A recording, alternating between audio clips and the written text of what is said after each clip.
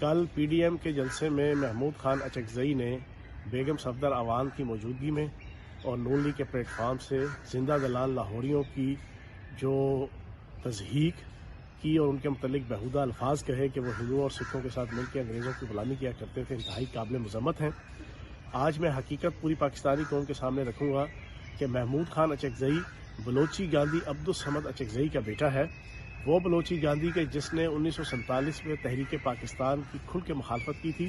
اور ہندوؤں اور سکھوں کے ساتھ مل کے اور کانگریس کا ساتھ دیا تھا۔ قائد اعظم محمد علی جناح کا سب سے بڑا مخالف بلوچستان کے اندر یہ آپ کے عبدالصمد خان اچکزئی کے جو ان کے والد صاحب تھے وہ تھے، اور اس کے بعد محمود خان اچکزئی نے آج تک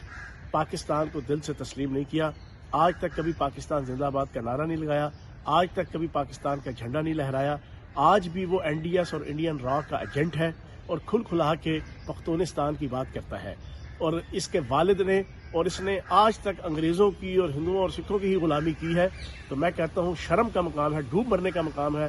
محمود خان اچکزئی کے لیے بھی، اور خصوصاً بیگم صفدر اعوان کے لیے اور خواجہ سعد رفیق جیسے لیتروں کے لیے کہ جو جاگ پنجابی جاگ تیرے پگ نوں لگ گیا داغ کے نعرے لگایا کرتے تھے، اور کل وہ انگریزوں کا غلام جو باپ در باپ جو نسل در نسل انگریزوں کا غلام رہا ہے اور ہندوؤں اور سکھوں کا غلام رہا ہے، وہ لاہوریوں کی اور زندہ دلال لاہوریوں کی کہ جنہوں نے ہمیشہ اسلام، جمہوریت اور انسانیت کے لیے جتنی تحریکیں چلی ہیں